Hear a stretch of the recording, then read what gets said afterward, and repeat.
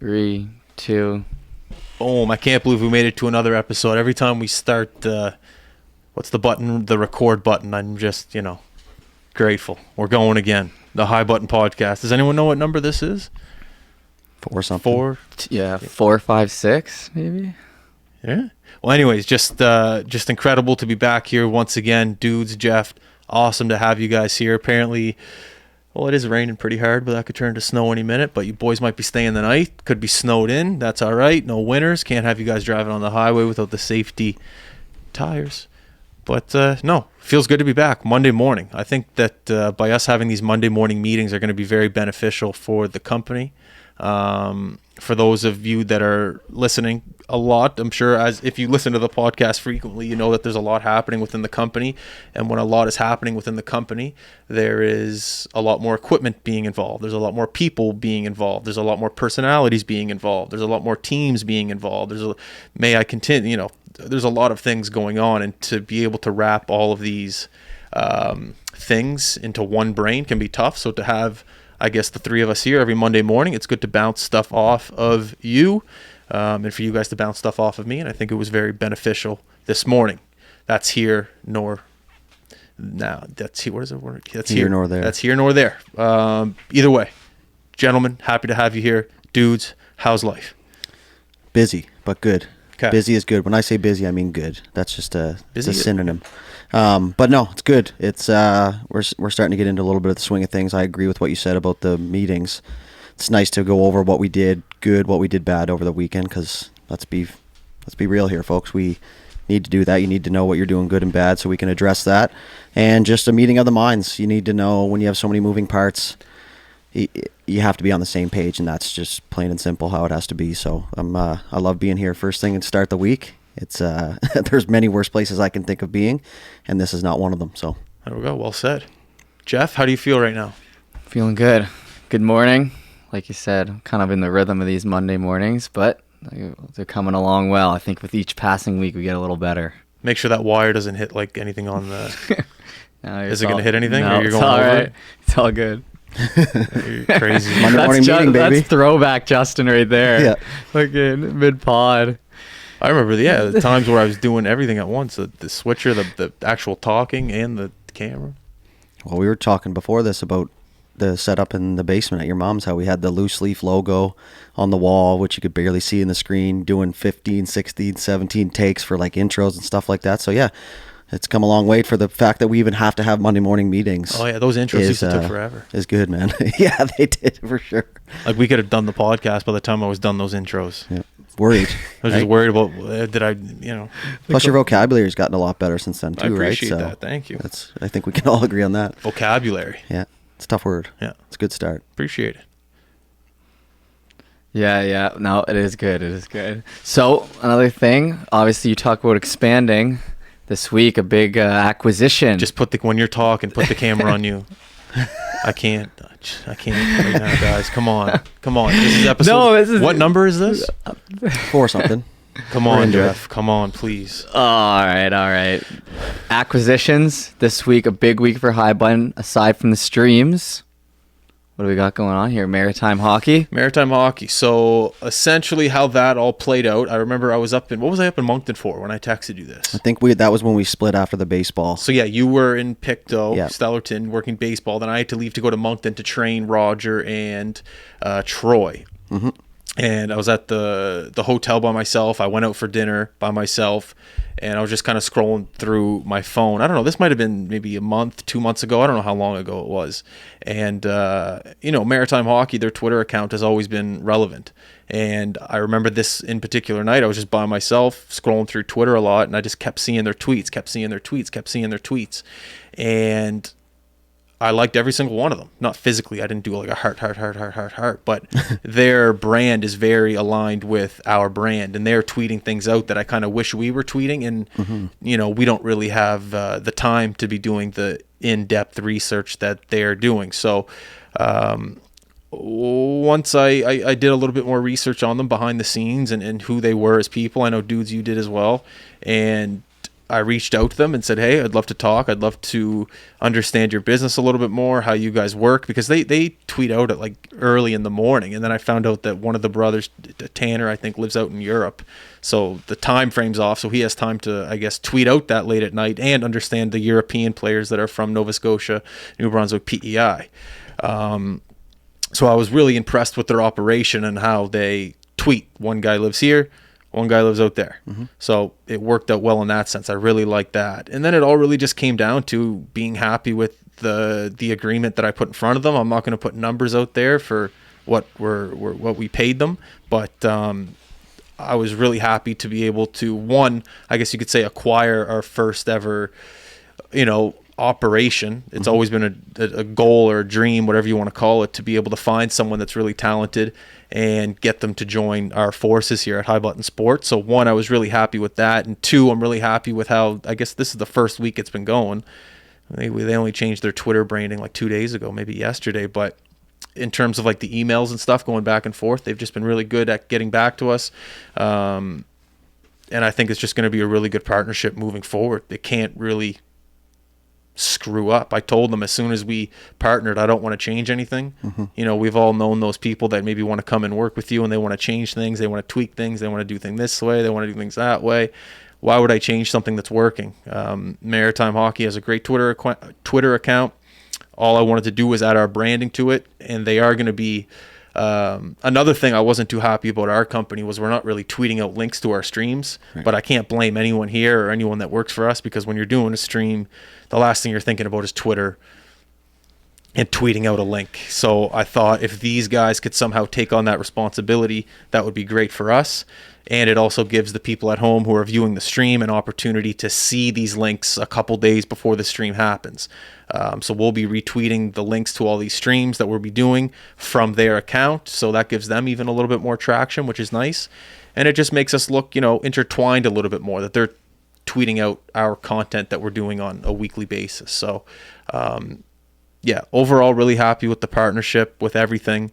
And there's just going to be more stuff to come in terms of like highlights. I know we were talking about highlights and how at the end of some streams, some teams pay for us to chop up highlights, and it'll be great to have those highlights out on Twitter now. Send those clips to them, they tweet them out. The ones that we want to retweet, we'll retweet, and we keep moving forward. You celebrate a little bit, you're happy, but at the end of the day, it's just kind of, you put your head back down in the gutter and it's time to work again. So really happy, good goal for the company, time to move forward and not get too comfortable. But yeah, what are your guys' thoughts on it?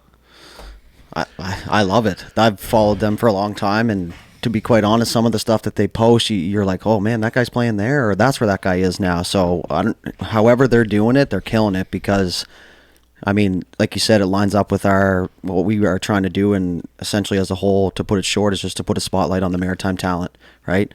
And you've PEI, New Brunswick, Nova Scotia, Newfoundland, all that stuff, and these guys are putting out accurate stats. They're giving people a sense of where everybody's at and how much talent we actually do have here that isn't in the NHL, playing in pro leagues. So yeah, I'm excited because I'm a big fan of their stuff, and now it's our stuff as well. So for sure. Big teammate acquisition, and I love being part of a team. For sure. Yeah, no, it's good. It's a little bit of a Dave Portnoy little mentality over there by you, Go try to find some guys, bring them in. I like it. I think that's what I've always kind of thought High Button would be good doing. So 2.5 years later, it's nice to see a big acquisition. It'll be interesting. And these things, it starts with this, and then we'll see where it kind of goes, right? I'm sure they're going to have their ideas on how to make it better, but it starts now, I guess. Yeah, it's all about just understanding the people. It's not really understanding like the business model. It's understanding the people. At the end of the day, this company is a representation of the people who are in it. Yep. I think any company moving forward, you'll look at the people rather than the actual product. You'll know if the product's good, and from just looking at it, you test it out. We know that the Maritime Hockey brand is strong, consistent. You wake up to seeing 5 tweets about the players from around here, so you know they don't stop. And then you get to know the people a little bit who are behind the Twitter board or the keyboard, and you find out that they're still hungry, they're still motivated, they're not satisfied, and that's something that I always look for. So yeah, we got a busy year. So to have them a part of us, our team, it's going to help us tremendously, and hopefully we can help them and move on to the sunset together. So we'll see what happens, but happy with it for sure. Definitely. Really happy. Agreed. Good. Good. Anything else? Welcome. Actually, if the boys are listening, welcome. We're Yeah, happy welcome. to have you. You know, those guys were doing this too. I hate to keep going, but they've been doing this just on their own. Yeah. You know, there's been no like real, as far as I know, like I can't see someone, hey, I need you guys to do this. They've just done the research. They've paid attention. They've watched games. And like I said, I went through a couple of their older stuff, and they're going to games, and like they're, you know, it's actual factual things. So they just kind of were doing it out of the goodness of their heart, and because they love it. And now it's hopefully we can help them grow in them as well. Oh yeah, definitely. I do kind of, you know, McKinnon's been on this podcast before twice. Did you see what happened last night? I saw the hit on McCarr this morning, but I didn't see the rest of it. You didn't see the rest of it? You know, so yeah, so who hit him? Pozo? Okposo. Okposo? Yeah.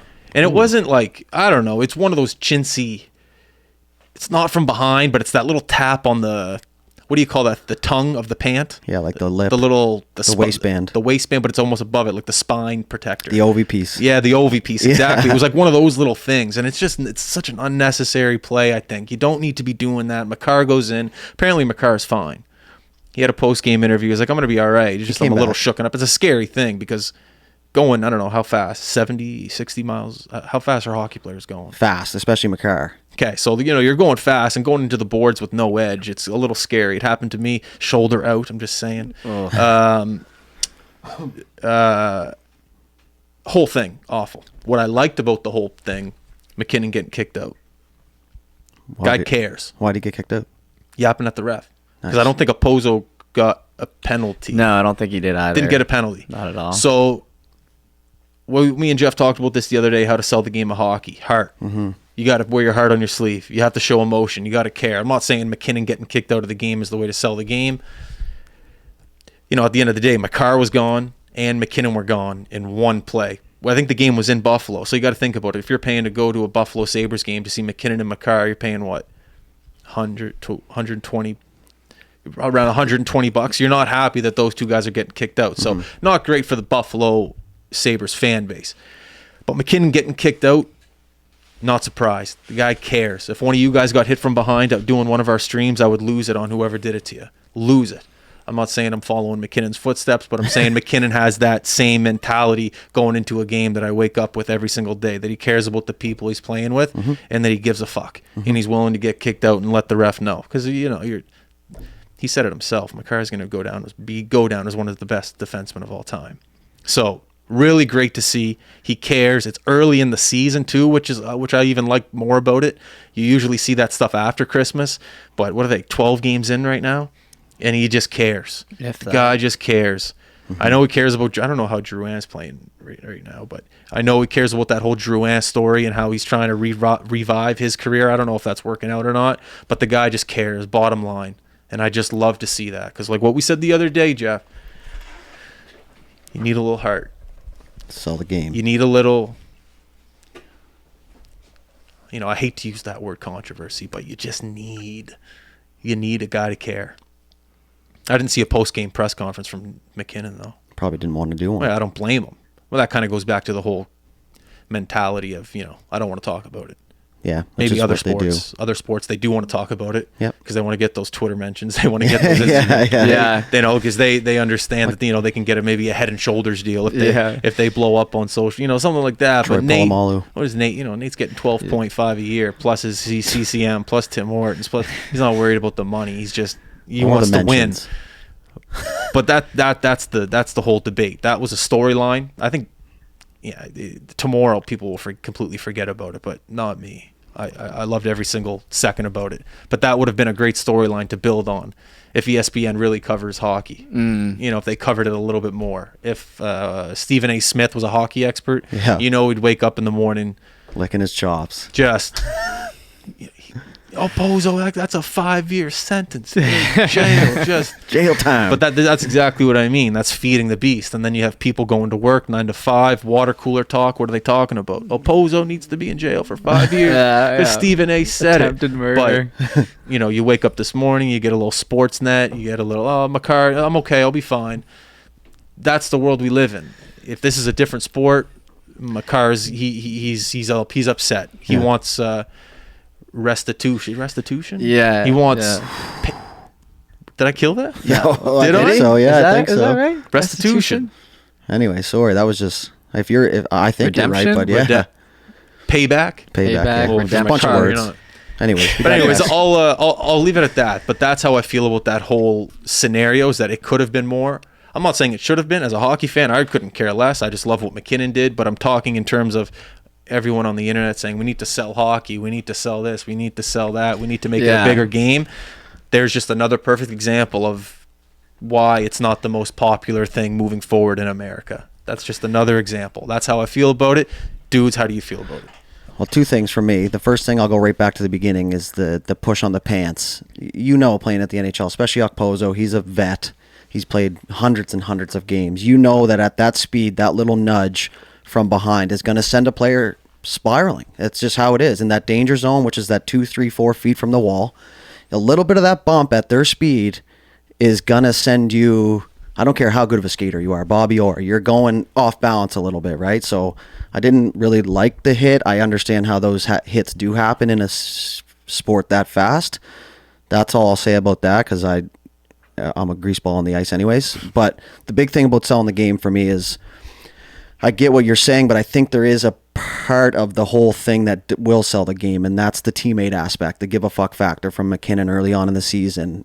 That will help sell the game, especially to like some of the older heads that are all about that team mentality and paying for your mistakes. And if you do this to my player, you have to face, the tough guy or whatever. So I think that part of the whole teammate sticking together, Nate's the best player on the ice, gets kicked out, doesn't care, sends a message. He gives a shit about his teammates. That's what people want to see. Some people, controversy obviously sells, like we always say. We all know that. But I think him being that leader and showing off that side of him, the non-superstar side of him, will help sell it a little bit, especially in peoples that may not want to stay up and watch Colorado. Maybe they will now because they see a little bit of that edge, right? A little bit of that old school hockey vibe. You got to care. You got to wake up every day and care about. You look like you want to say something.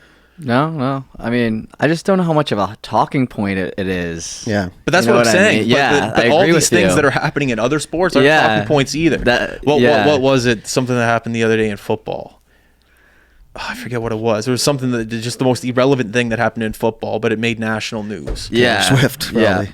Yeah, like that's a perfect example. handshake or that's whatever. a perfect example. Yeah. It's Yeah. not a talking point. I'm agreeing, but I'm Yeah. just saying, in order to sell this thing that we call hockey, It should be. It should be. I agree. I agree with you. Especially if you want to get the eyes off the culture for a little bit, start talking about some other stuff, the inner parts of the game, That's like a good part of the culture, what you see there. That's like what I'm trying to say. Yeah. The selling, because you don't, That's part of the heart of hockey. the bad culture doesn't really sell as good to the average fan, but the good stuff will, right? Yeah. Like there's still some people that are like old school guys and they're like, wow, the culture's fine and blah blah blah. Like I Yeah. played the game all my life, that kind of stuff. So that does sell a little bit, but it's the teammate stuff. It's the inner workings of a team, and they want to see that side of the players that just aren't robots. Like answer the questions like this. Like Well, yeah. you know. Well, speaking of McKinnon, the most famous one was when Fournier went off. Remember, he fought, he defended McKinnon in Halifax. Fournier went off, the entire Metro Center going nuts. He hugs him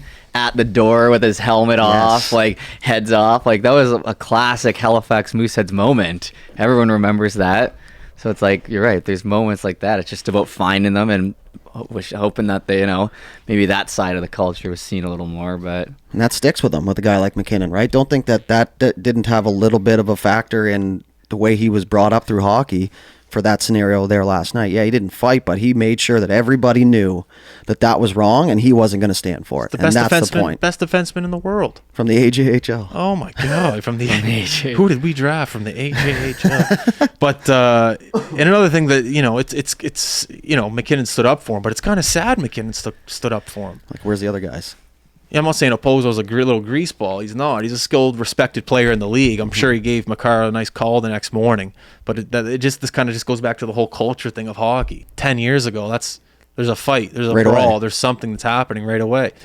I don't know. That's just how I feel about it. There would 100% be a fight. 100%. 10 years ago, there's a fight. I went to an NHL game like that. This was playoffs. Like that Leafs Tampa game, that game 1. Thank God you didn't go. I know. I wasted money. There's nothing. I felt for you for that one, for sure. Nothing. You might as well have been at a Marauders game. Just nothing. Well, Very sneaky chirp there. That was good. Just nothing.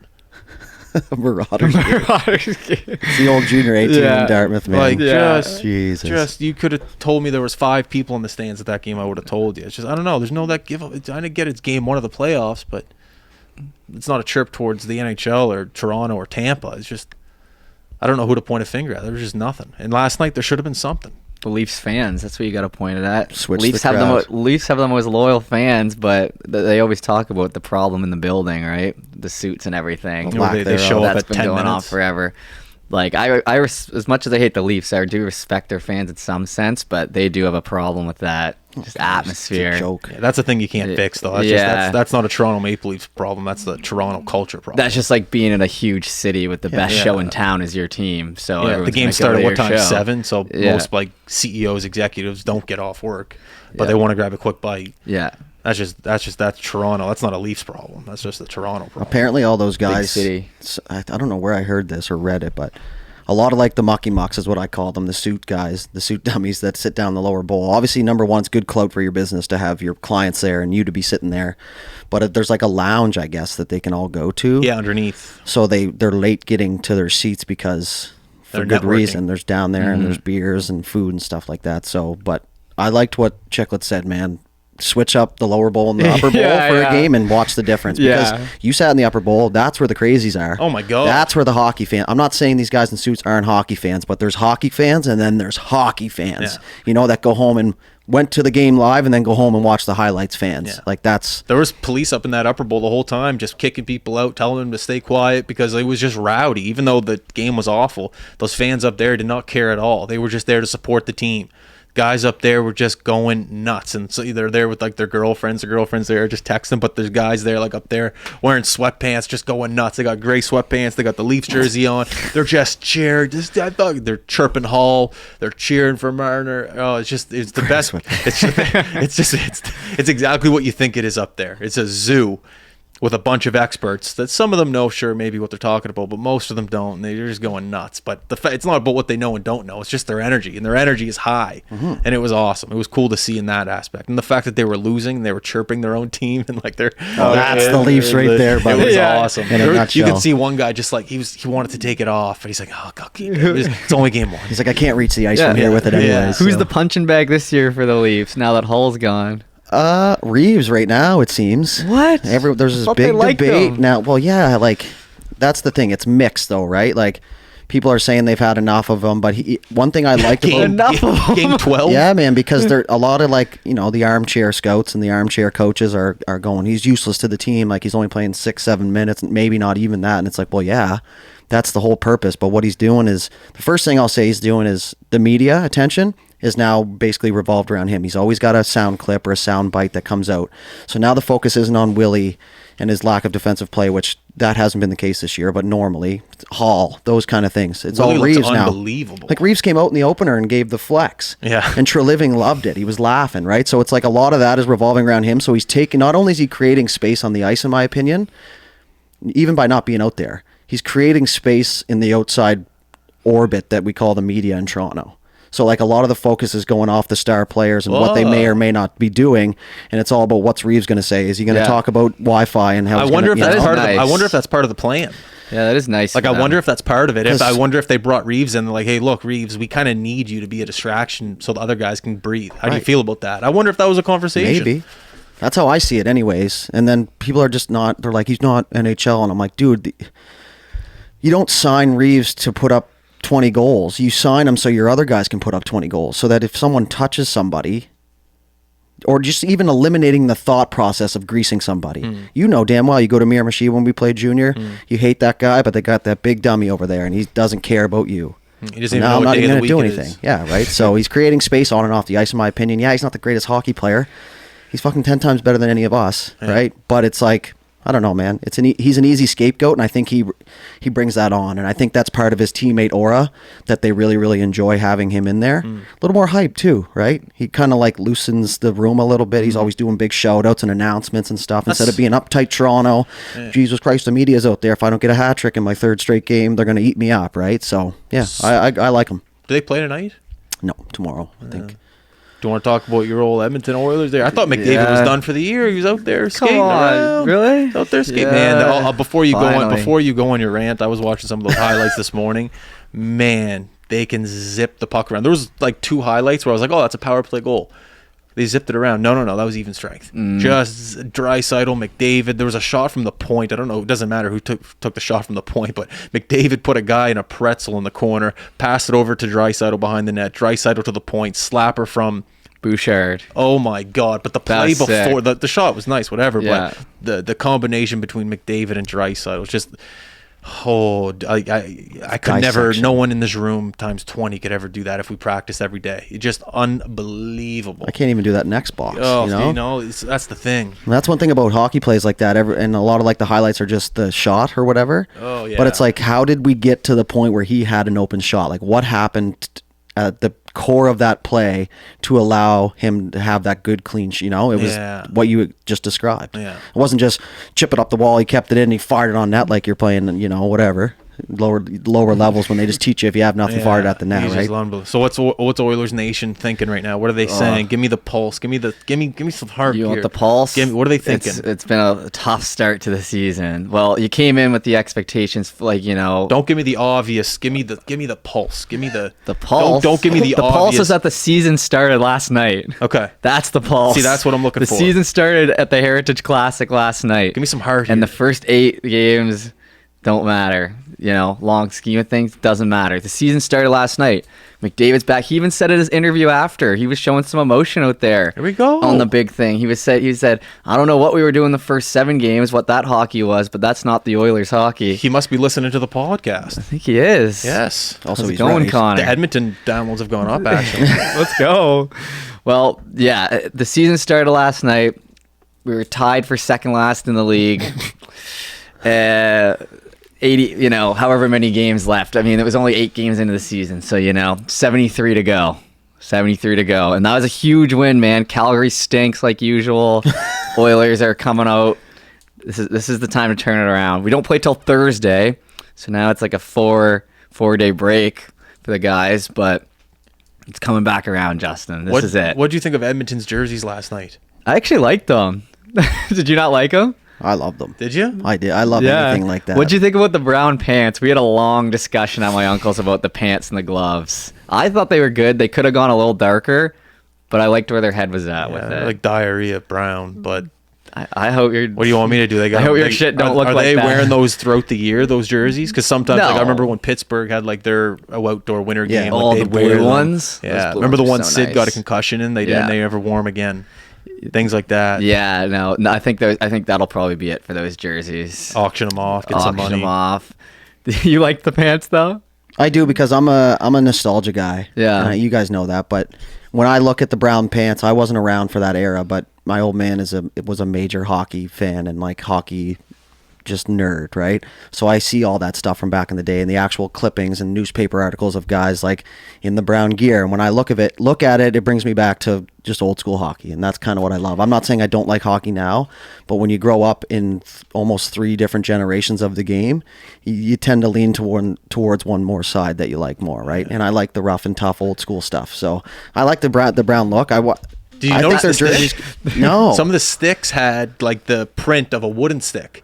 Like Victoriaville or it had like that old Sherwood that came out. Yeah, like yes, exactly. Victoriaville. If they were real men, they would have just used a wood stick though. Imagine if like Come on. Batman just made that a rule. Like, all right, They boys, should. so outdoor game, Woody's only, and like no slashing calls, so slash away. Did you see what they showed up to the rink in? Like sick. the workers, like the That's like one they of my went favorite all parts. in. They went all in. Because like, how It's do a big you deal. when you do those games every year? How do you continue to draw for it? Like, obviously the tickets are going to sell. That's one of those things that on your bucket list of hockey things to do. But like, how do you continue to like make it fun and interactive, right? So each year, like Boston showed up in the old Red Sox unis that time. Pittsburgh with the Alberta, that's classic oil rig town, Lake right? Tahoe. So they show up in the work hats and the vests, and not to mention it's freezing there, and these guys are showing up in fluorescent vests like $1 million guys freezing their ass off. Yeah, I love it. to send a message too. Yeah. But it's also to show off your toughness, right? If you don't show weakness through that cold, They're going, okay. And that's the nice side of hockey. Like we talk about a lot the past week about the differences. Hockey has that grit left in it still, where the boys will show up with no shirts and the overalls. As long as everyone else is doing it. Yeah, like that's the thing about them not being too big dog. Is like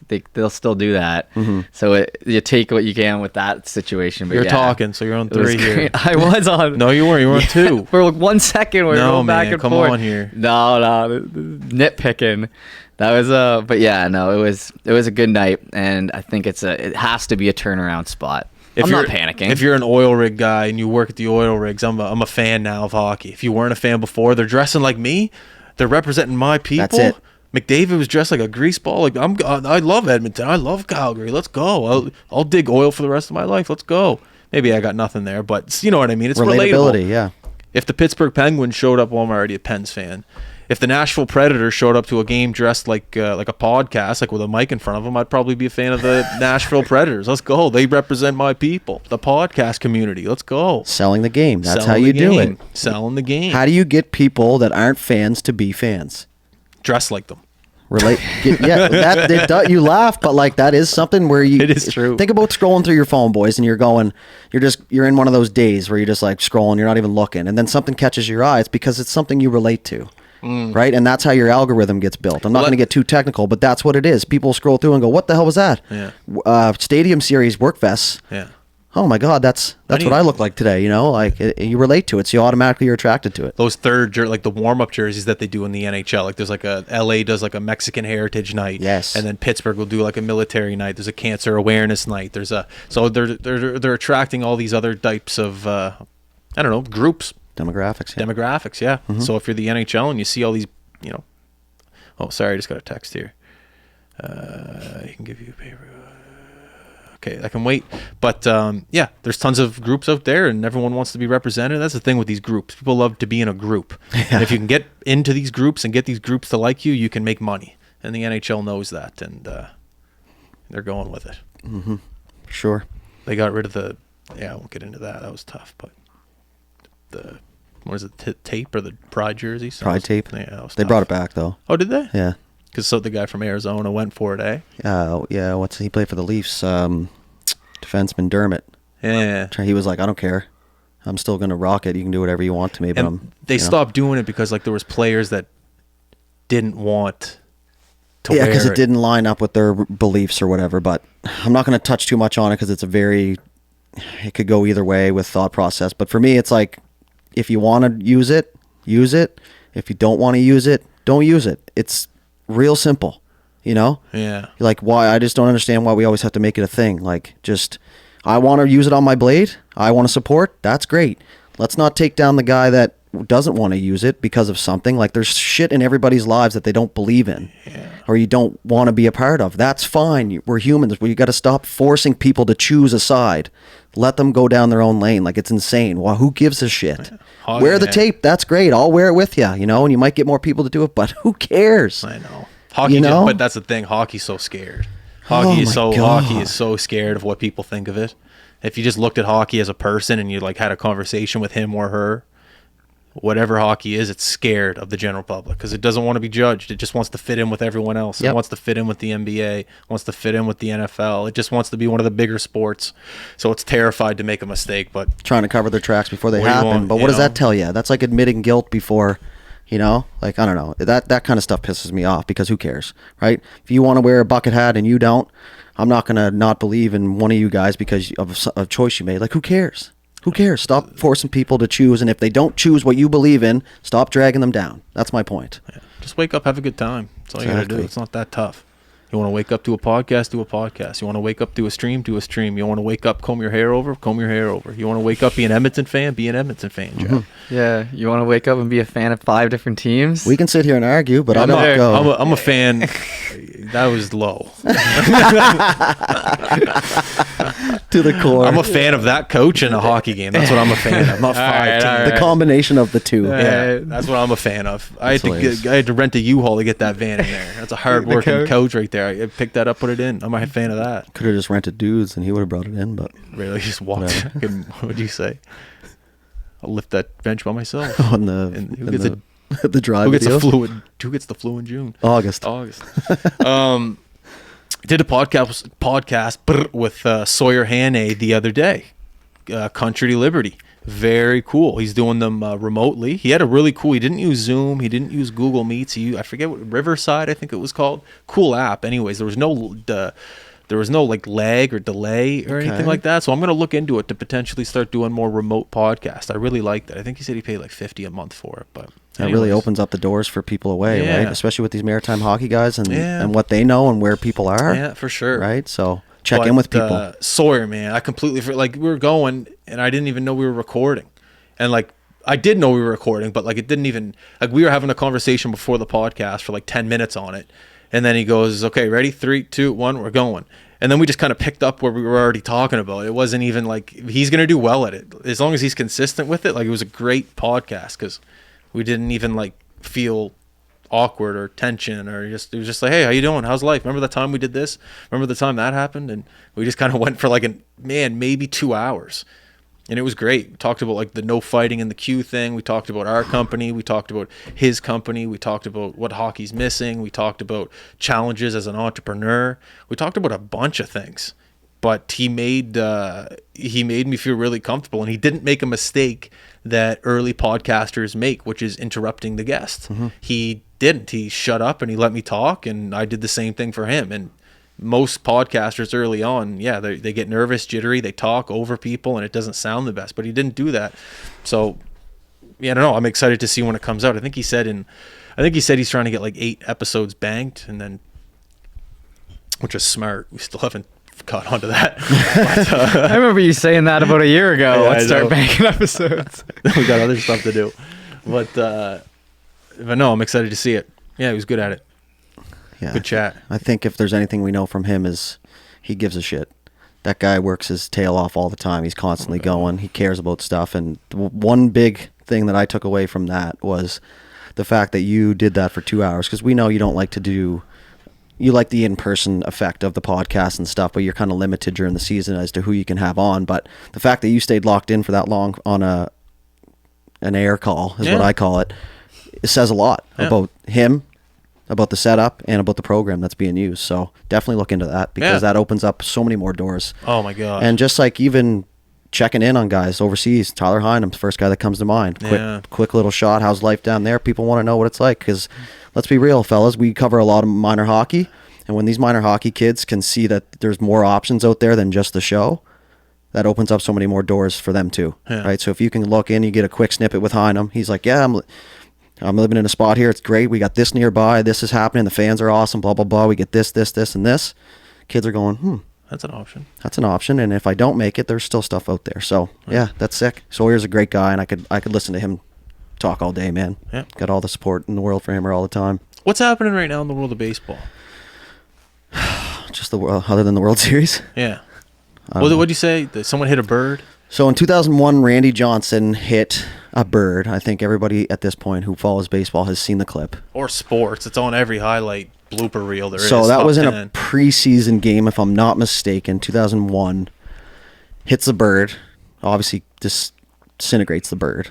There was Duck Hunter, the old Duck Hunter game. They came up with a version of it for Randy Johnson throwing baseballs at ducks. Like, just people putting their own spin on it. But this year... So let me go back. In 2001, that happened in preseason. The Diamondbacks went on to the World Series. I think they won. I'll have to check that. But they went to the World Series regardless, okay? So almost a quarter century later, the pitcher for the Diamondbacks, Zach Gallen, hits a bird in warm-up. What, this year? This year. They go to the World Series.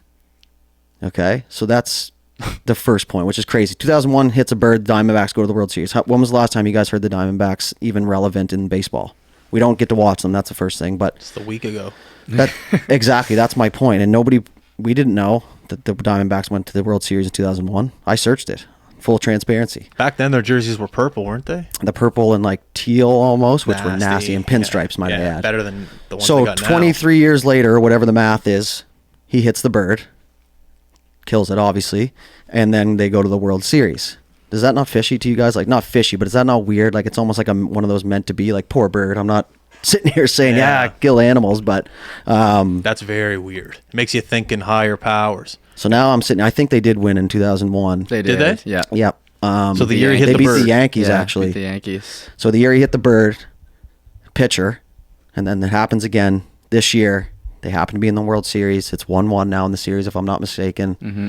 It's kind of one of those things where you go down the path and then you start to dig a little deeper and you're like, okay, lots of weird things have been happening. But now they're back in the World Series and they have an opportunity to beat Texas, who has never won a World Series in their history, even with Nolan Ryan in all those years. So yeah, they've won, like, as a team that became the Texas Rangers, like, how NHL teams leave a city and go to a new one. They've done that, but in their Texas Ranger era have not won a World Series. And quite frankly, I think they've only been to one final of the Commissioner's Trophy, which is correct, fellas. By the way, I was listening to that. Dust. Nobody calls it that because dust. Exactly. Let's win it for the Commissioner. No, it's a World Series, baby. Put the word world in front of anything, and you're going to fight for that. Yeah. Yeah, that's a this is their second World Series. So just like weird things like that, right? And you want to talk about selling the game. Diamondbacks and Rangers World Series. What do you think of when you think World Series? You think Yankees, Red Sox. You think LA, any team in LA, and the Yankees or whatever. Any of those touch them all, Joe. Astros, exactly. Garbage right? cans. So yeah, that's pretty much what I took away. I'm watching it. Obviously, I love baseball, and the golf course is slowing down now, so I can actually stay up and watch the games and kind of dissect it a little bit. But I think it's great for the game to have these two teams in it. I really do. Now, the flip side of this with the Rangers is all this Jays bashing that we're having because of the Moreno and the Lourdes Gurriel Jr. trade. So the joke online right now is that it's like the Blue Jays prospect pools in the World Series right now. So like Marcus Semien, Moreno with the Diamondbacks, Gurriel Jr. with the Diamondbacks, and anyways. But it's easy to look back. Hindsight's 20/20, boys. It's easy to go. You don't know if these guys stayed on the Jays, if they're going to perform like they did. There's a magic in the room, and you guys know this. And if you talk to any pro athlete or any athlete at all that's on a winning team, there is an element in the room. It's a special feeling that you can't even really describe. It's the belief in the guy beside you that no matter what, we're in the bottom of the ninth, we're down 3, 2 outs, this guy's going to get on. You believe right to the very end. That's what winning teams are. You can have all the best players in the world. The Diamondbacks, dude, like the Diamondbacks are playing like that Bantam Atlantics we did. Remember how every guy stole every pitch? Yeah. They don't do that, but they have 20 some stolen bases. Like they're running, they're playing small ball, they're sacrifice bunting, they're bunting for base hits.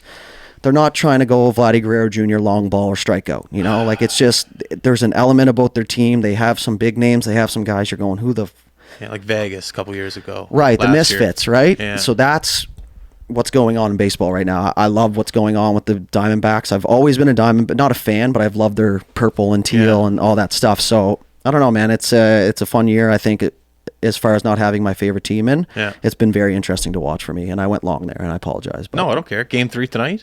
I think so, yep. I wish I would have bet more with Proline Stadium. I put some money on the Diamondbacks, but after that speech, should have put the house down. Shout out to Proline. I really think they're going to win, the Diamondbacks. It's theirs to lose because of the bird. That sounds so stupid, but it's like those are things, man. I'm telling you, like things that come back in history that you're just like, that's really weird. And here's the other one. It was the day Gallen hit the bird this year, the day before the actual date that Randy Johnson hit it. So almost like 22 years to the day. It was the day before the anniversary. So like another tidbit that I missed that's pretty crucial in that story, but come on, boys. Like that gives me the and you watch like when they pan to the benches, you know how you can tell a lot about body language? Everything. When you pan to the Arizona Diamondbacks bench, those guys look like they don't give a shit. And it's not a bad way. It's like we can't be beat. You can't destruct us right now. No matter what you do, you cannot internally break us down. And we're having so much fun doing this because it's new for a lot of them. And you're getting that feeling of, oh my God, the big stage. We're a bunch of nobodies that people thought. Turns out we're not. Now you're proving to yourself. You're proving to your teammates. Like it's just, it looks magical in there. And then you flip to the other side where the pressure is on Texas because they had the best record start the baseball season. Then they slipped. Then they came back and they beat the Jays and all this other shit. And it just it doesn't look the same to me. Now, clearly, that's just my eyes, right? That's the eye test from me. But, man, I just think there's something magic going on in Arizona. I really do. No way. Yep. All right. I'm going to watch. Yeah, you should. That's exciting. I'm putting money on the D-backs. I kind of got chills. Let's go. Man, has anyone watched what's going on in Montreal? There's some magic there. The Canadians? They're always in a game, but then they end up just winning in overtime. They just give the puck to Caulfield. I'm dead serious right now. I'm not a fan, but I am a fan of the games. Like, the games are very entertaining. They're a bunch of dogs. I can't sit here right now and not mention the fact that Justin Barron, friend of the show, has 3 goals in his past 4 games, a defenseman in the NHL who is the 7th defenseman going into the year. He might arguably be the first defenseman right now. Yeah. Rockingham, right down the street. I can see his house from here. 3 goals past 4 games. That could be 3 goals past 5 games. Regardless, that doesn't matter. That's not the point of what I'm trying to get at right here. Stud is what I'm trying to get at. He's being an absolute stud out there. He took it off. Who got hurt? Defenseman for Montreal. Matheson? Yeah. Sure, let's just go with that. I think so. Barron got his opportunity and just ran with it, and he's not letting it go. So much confidence. He's playing like he's playing for the Mooseheads right now, just jumping up into every play, shots on net. Then he's going back and being defensively responsible, covering his points, just playing he's playing with so much confidence. You could tell at the maybe preseason, that's preseason. But you're not yourself if you're playing nervous, and man, he's out there not being afraid to make mistakes, and he's not even making mistakes. He's making great plays. He's a big boy. His knock on him is that he's not being like physical enough in the corners and making that nice first play to the winger, the centerman swinging. But man, I haven't seen anything but physical play in the corners and nice first crisp passes. 3 goals, 5 games played. Absolute stud, arguably the top 2 defensemen in the Montreal Canadiens organization. I think 2 games ago he had 24 minutes played. 24 minutes played. What are you talking about? Craziness, just absolute insanity coming from Justin Barron right now. And then the Winnipeg played the other day. Both parents there. Mom wearing Winnipeg hat, dad wearing Habs hat. Just got to love the Barron family. Just holding it down for the Maritimes. Putting on a show for Atlantic Canada and making sure us folks at home sitting down on that couch right there are entertained at 8 o'clock, 9 o'clock, 10 o'clock at night. So shout out to Justin. 11:30 for me. No, man, they don't play. I'm talking not Edmonton. This is Montreal. What are you talking about? Well, I'll say something on that note, and I think that stems right from the coach, Marty St. Louis. Since he's taken over, they've had fun, and it looks like he's allowing those players to kind of play the way that got them there. Right now, you're allowed to make mistakes in hockey. Sometimes you make mistakes and people don't notice because you're not advanced enough to notice, number one. But number two is you make a play after that completely erases that mistake. If you give up a puck, but then you score, who gives a shit that you gave the puck up? Yeah, you might address it real quick. Just be careful there. Good job to recoup. But I think Marty St. Louis, and that's what you said about Caulfield, he's allowing these guys, instead of playing like there's a structure and there's a way that they play, but play what got you here. Play that way. Be the offensive defenseman that he is. Allow him to jump in the play. Don't limit him to what he can do as his movements out there, because that's not going to get your confidence, right? You see it with a guy gets traded from a team that's, I'll use the 2004 New Jersey Devils, the Trap, right? Or Carolina. You throw a high offensive guy, high forecheck guy in that system, it's going to mess him up a little bit, right? It's going to take some time to adjust, but you will throw him in, get him traded at the deadline to a high-powered, high-flying offense, and watch what happens, right? St. Louis just allowed them to kind of play how they want to within his means, and I think that's what the fun and electric part of Montreal is, and that's why they love him. Maybe he's copying a little bit of, who's the coach in New Jersey? Lindy Ruff? Lindsey Ruff? Lindy Ruff. Lindy Ruff? Yeah. We'll just call him Mr. Ruff. Legend. Over with Hughes. Hughes has the green light to do whatever he wants, and look what's happening. And who was Hughes' teammate at the U18 development U18 development team? I think it's called National Development Program. Who's his partner in crime? Who's his Batman to his Robin? Cole Caulfield. What does Cole Caulfield have right now in Montreal? If you ask me, he has like a little bit of a yellow-green light. Definitely doesn't have a red light, but he's got a long leash there in Montreal, and St. Louis letting him go do whatever he wants to do. He does make a couple more mistakes. Like I'll admit, I don't watch New Jersey games that often. I'll watch the highlights, and Hughes is doing it whatever the hell he wants to do. But Cole Caulfield also has a very, very long leash in Montreal, and he's just letting him do what he has to do, and then he's putting up great points. But Newhook too, man. Newhook's playing so well up there. Another guy playing that sets in so there. well, and you can tell he's a Stanley Cup champion. I know it's third, fourth year in the league. He's still pretty young, but I just don't see a false note coming from him. Mistakes, rare. So defensively responsible. Takes hits to make plays as Anderson's coming through the middle, even though I know Newhook's the center, but they play such a weave type of game. But yeah, just no defensive mistakes. He's always making the right play, taking the hit to make the play. All good? Yep. Just, I don't know.